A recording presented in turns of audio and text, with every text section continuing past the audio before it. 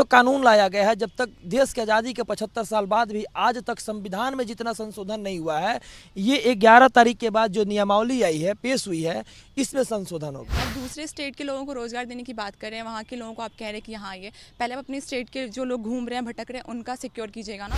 आप इतने कम पेमेंट पर और इतने कॉम्प्लेक्स प्रोसीजर से बहाली प्रक्रिया आप निकालते हैं कि जो योग्य अभ्यर्थी होते हैं वो इससे कहीं ना कहीं विमुख हो जाते हैं। जो मना रहा है वैसे कर रहे हैं, ये बिहार के प्रतिभा के साथ एक तरह से खिलवाड़ है। नमस्कार, मैं विष्णु नारायण, बीबीसी हिंदी के लिए पटना से।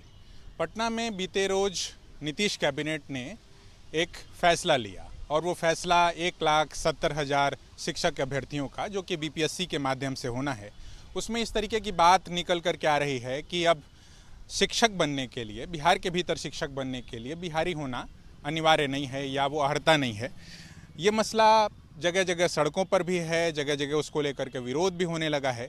कल जब शिक्षा मंत्री से मीडिया कर्मियों ने सवाल पूछा तो उनका कहना था कि अच्छी चीज़ों का भी विरोध होता है और तमाम चीज़ों का विरोध होता है, हम इसमें क्या कर सकते हैं। मगर यहाँ हम उन तमाम शिक्षक अभ्यर्थियों के साथ हैं जो बीते कई एक सालों से उसके लिए आंदोलन करते रहे और उस सवाल पर अभी भी आंदोलनरत हैं। इसमें कई लोगों ने जो है हाई कोर्ट तक का दरवाज़ा खटखटाया है। क्या मसला है और इस बीच किस तरीके से इस पूरे कैबिनेट के फैसले को आप देख रहे हैं? क्या नाम है आपका? मेरा नाम कुमार सत्यम हुआ। और सबसे बड़ी बात यह है, बिहार सरकार के द्वारा जो काला कानून लाया गया है, इस काला कानून में कोई एक तो कानून लाया गया है, जब तक देश की आज़ादी के 75 साल बाद भी आज तक संविधान में जितना संशोधन नहीं हुआ है, ये 11 तारीख के बाद जो नियमावली आई है, पेश हुई है, इसमें संशोधन हो गया है। हमको तो समझ में नहीं आ रहा है कि नीतीश कुमार, ये महागठबंधन की जो बैठक हुई थी, इस बैठक के फैसले में देश के अंदर जितने विरोधी दल के नेता थे, सब कोई बैठक किए। बैठक के बाद ये किस प्रकार का फैसला लिए, अचानक से मेजर चेंजेस कर दिए। जबकि जो कोई भी नियमावली निकलती है तो नियमावली निकलने के बाद एक सिस्टम होता है कि माइनर चेंजेस ठीक है, चलता है, लेकिन ये मेजर चेंजेस किया गया है। इसको पूर्ण रूप से चुनावी मुद्दा बनाना चाहते हैं। लोकसभा प्रधानमंत्री बनने के लिए ये दूसरे राज्य में जाकर और दूसरे राज्य के लोगों को कहेंगे, जब हम बिहार में आपको 2 लाख रोजगार देना चाहते हैं, जाइए ना जी, वहाँ रोजगार कीजिए। जिस दिन हम पीएम बन जाएंगे, भारत में आपको रोजगार देंगे। तो यह एक ऐसा पासा फेंके हैं, सिक्के के 2 पहलू, एक हेड और एक टेल होती है, उसी तरह से ये पासा फेंके हैं बिहार के ऊपर। अभी अमित, आप लोग भी एक संघ बना करके काफ़ी लंबे समय से विरोध और काफ़ी लंबे समय से इस सवालों पर हाई कोर्ट तक भी अभी इस मसले पर गए। और शिक्षा मंत्री को जब हम सुन रहे थे कल मीडिया कर्मियों से बातचीत करते हुए, तो वो ये कह रहे थे कि भाई टैलेंट को मौका मिलेगा और बहुत सारी ऐसी वैकेंसीज होती हैं जो फुलफिल नहीं होती हैं। तो आप किस तरीके से देख रहे हैं इस चीज़ को? देखिए, माननीय मंत्री जी को फैक्चुअल अंडरस्टैंडिंग नहीं है। वो जो कह रहे हैं सीटें रिक्त रह जाती, खाली रह जाती हैं, वो सामान्य तौर पर साइंस और मैथ्स के जो विषय होते हैं हाई स्कूल से, वो खाली रहती हैं। और इन्होंने जब एसटीईटी लिया था, इसका जिक्र किया था जी, जब उन्होंने एसटीईटी लिया था 2019-20 में, तो वो सिर्फ बिहार के अभ्यर्थियों के लिए था। तो अभी जब वो बहाली में सभी राज्य के लोगों को मौका देने की बात कह रहे हैं, तो सिर्फ जो एलिजिबिलिटी टेस्ट है उसमें तो उन्होंने बाहरी को मौका नहीं दिया। अब वो कह रहे हैं बाहरी को ही मौका देंगे। तो मतलब कि घोषणा तो हो गई, लेकिन वो फैक्चुअली जहाँ पे उसका इफेक्ट होना चाहिए वहाँ नहीं होगा। वो सारा भीड़ प्रारंभिक कक्षाओं के लिए जो है छात्र वहाँ पे होंगे। हाँ, भविष्य में एसटीईटी वाली भी बात हो सकती है। दूसरी बात ये जो कहते हैं कि सीटें रिक्त रह जाती है, तो इसका इनको फैक्चुअल अंडरस्टैंडिंग होना चाहिए कि रिक्त क्यों रहती हैं। आप इतने कम पेमेंट पर और इतने कॉम्प्लेक्स प्रोसीजर से बहाली प्रक्रिया आप निकालते हैं कि जो योग्य अभ्यर्थी होते हैं वो इससे कहीं ना कहीं विमुख हो जाते हैं। कोई पोस्ट ग्रेजुएट लड़का जिसको साइंस और मैथ्स की अच्छी जानकारी होगी, वो कोचिंग पढ़ा करके 50,000, 100, 1 लाख रुपए महीने कमा सकता है। आप उसको बिहार में 20-22 हज़ार रुपये देते थे, तो वो कहाँ से आते थे? आपको पे स्केल उनका बेटर करना था, उनके सर्विस कंडीशंस को बेटर करना था। जो इक्वल पे की लड़ाई हम लोग कई सालों से लड़ रहे हैं, उसको लागू करना था। उसके बदले आपने बिहार के युवाओं का हक और उनके प्रतिभा पर भी सवाल खड़ा करते हुए उनको रोजगार से वंचित करने की योजना बना दी। एक लड़की होने के नाते सरकारी नौकरी की इच्छा या किसी भी तरीके की नौकरी की इच्छा, घर परिवार से शादी ब्याह का दबाव, कितने सालों से तैयारी कर रही हैं? और जिस तरीके से बार बार नियमावली में संशोधन होता है, तो क्या सोचती हैं, क्या ख्याल आता है, घर पर क्या बातचीत होती है? क्या नाम है आप? राजदिव्या नाम है मेरा।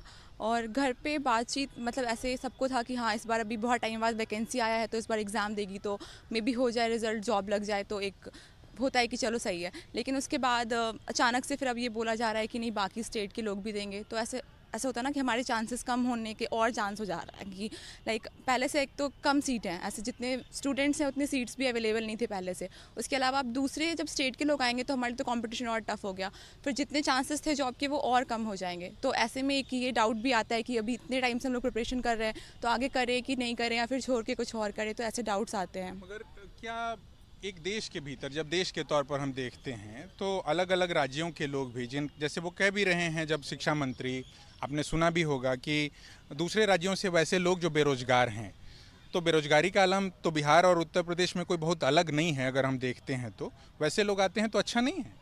और बिहार के भीतर जो मेधा का एक सवाल है, जो लोग अच्छे होंगे वो अच्छा पढ़ाएंगे तो बिहार के लिए तो शायद बेहतर होगा, नहीं होगा। पर हमारे यहाँ ऑलरेडी ऐसे लोग हैं जो रोज़गार के लिए भटक रहे हैं, यहाँ से दूसरे स्टेट में जा रहे हैं। तो आप दूसरे स्टेट के लोगों को रोज़गार देने की बात कर रहे हैं, वहाँ के लोगों को आप कह रहे हैं कि यहाँ आइए। पहले आप अपनी स्टेट के जो लोग घूम रहे हैं भटक रहे हैं उनका सिक्योर कीजिएगा ना जॉब की पहले। और ऐसा आप पहले बोलते ना मेरे को कि यहाँ आपके साथ और भी स्टेट के लोग आएंगे, कॉम्पिटिशन में पार्टिसिपेट करेंगे। पहले तो हम लोग को ये आइडिया नहीं था, तो अचानक से ये और हो गया ना। एक तो BPSC का अचानक से वो भी नियमावली में चेंजेस आए कि आपको BPSC देना है, तो उसके बाद फिर एक और ऐड करना। तो हम लोग प्रिपेयर नहीं थे ना इस चीज़ के लिए।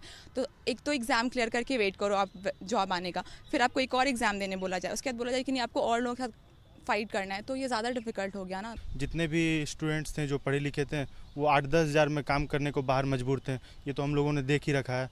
अब जो थोड़ा बहुत उम्मीद जगा था लोगों के मन में कि बिहार में भी रोज़गार मिलेगा और अच्छे तरीके से फेयर तरीके से होने वाला BPSC के थ्रू, तो उन लोगों ने मतलब सोचा कि एग्ज़ाम के थ्रू अब प्रिपेयर करके आगे भी पढ़ाई करके हर साल वैकेंसीज आएगी, प्रॉपरली हम लोग एग्ज़ाम देंगे। मगर अब इसमें जब मन आ रहा है नीतीश कुमार को, जैसे मन आ रहा है वैसे चेंज कर दे रहे हैं। अगर कल को उनको बोल दिया जाए आपको विश्व गुरु बना दिया जाएगा, पूरे वर्ल्ड से आप स्टूडेंट्स को लाइए, तो उसमें भी कोई देर नहीं लगेगी उनको, क्योंकि कोई भी होता है आप छोटा मोटा नियम बदल सकते हैं। इतने सारे आपके कैबिनेट में आदमी हैं, इतने सारे लोग हैं, पढ़े लिखे IAS हैं, बड़े बड़े लोग हैं, विद्वतजन हैं। अब उनसे आप राय मशवरा करके हर 2 दिन पे जब मन आ रहा है नहीं ये नहीं ऐसे हो जाना चाहिए, वैसे हो जाना चाहिए, मतलब जो मन आ रहा है वैसे कर रहे हैं। ये बिहार के प्रतिभा के साथ एक तरह से खिलवाड़ है। आलोक, मुझे लगता है पिछले साल भी जब आप लोग आंदोलन कर रहे थे और BBC ने तब भी आप लोगों से बातचीत की थी, उस वक्त से अब तक एक सरकार फिर से बन गई, एक मुख्यमंत्री फिर से बन गए, आप लोग अभी भी आंदोलनरत हैं। क्या घर के लोग क्या कह रहे हैं? सरकार भी वही बनी, मुख्यमंत्री भी वही बने, लेकिन जो बदलना चाहिए हमारी स्थिति पिछले साल भी वही थी और 4 साल पहले भी वही थी और आज भी वही है। हम कल भी सड़कों पर थे, हम आज भी सड़कों पर हैं। और जहाँ तक घर वालों की बात है और समाज की बात है, तो हम घर से भी ताना सुन रहे हैं, समाज से भी ताना सुन रहे हैं। सामाजिक आर्थिक प्रकार से हम लोग दंगी का सामना कर रहे हैं और ये एक नया पॉलिसी ला दिया जाता है हम लोगों के सामने कि अब बिहार के बाहर के भी लोग इस परीक्षा में बैठेंगे, सम्मिलित होंगे। तो आप खुद सोचिए कि बिहार जैसे राज्य में जहाँ पर न कोई इंडस्ट्री है, न कोई IT सेक्टर है, जो भी रोज़गार की संभावनाएं हैं वो पब्लिक सेक्टर में है। और आप पब्लिक सेक्टर में देने की जो 1,70,000 जो बहाली है उसमें भी आप बंदरबाट कर रहे हैं, उसमें कह रहे हैं कि UP वाले भी आ जाओ, झारखंड वाले भी आ जाओ, तमाम राज्यों के लोगों को बुला रहे हैं। ये खेल के बीच में आप नियम बदल दिए। और ये जो बहाली है ग्रुप C लेवल की बहाली है। मैंने कल देखा शिक्षा मंत्री जी का बयान, वो बोल रहे हैं कि BPSC के माध्यम से लिया जा रहा है, इसलिए बहाली में और लोगों को शामिल किया जा रहा है, विभिन्न राज्यों को शामिल किया जा रहा है। लेकिन विभिन्न राज्यों में अधिकारियों की जो बहाली होती है उसमें ये नियम लगता है। आपको पता होना चाहिए कि देश में 14 राज्यों में स्थानीय नीति है और ग्रुप G की जो बहाली होती है ग्रेड C की, उसमें राज्य जो चाहता है अपने अनुसार संशोधन कर सकता है।